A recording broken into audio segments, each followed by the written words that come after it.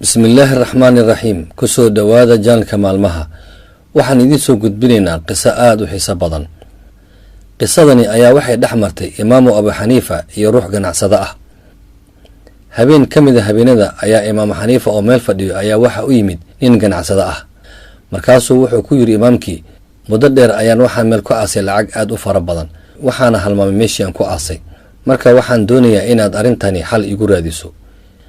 imaamu abu xaniifa ayaa ninkii ku yidhi, arrintani ma ahan wax quseeyo qof faqii ah ee waxaad isiisaa waqti si aan xal kugu raadiyo.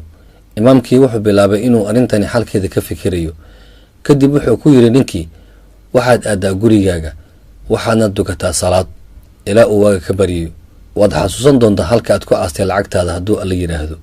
ninkii waa uu iska soo tegey, wuxuuna yimid gurigiisa. kadib wuxuu galay salaad. isaga oo salaaddii dukanayo, muddo yar kadib ayuu wuxuu salaadda dhexdeeda ku xasuustay meeshii uu lacagta ku aasay. kadib salaaddii ayuu dhammaystay, wuxuuna aaday meeshii lacagta ku jirtay, uuna soo qaatay. markii uu waaga baryay ayuu wuxuu u yimid imaamu abu xaniifa, wuxuuna u sheegay inuu lacagtiisii soo helay, uuna u mahad celiyey. kadib wuxuu ku yidhi imaamkii, sideed ku ogaatay inaan aqoonsan doono halka lacagteedii ku aasan tahay? imaamkii ayaa u jawaabay oo ku yidhi, waxaan ogaaday inuusan shaydaan ku dhaafaynin markii aad salaad gasho, wuxuuna mar kasta kaa shuqlinayaa in aad cibaadada si wanaagsan u gudato. waxaadna ogaataa mar weliba lacagta iyo shaydaankuba waa laba shay oo mar weliba kaa shuqlinayo inaad si wanaagsan u gudato cibaadadaada. waad ku mahadsan tahay daawashada muuqaalkan.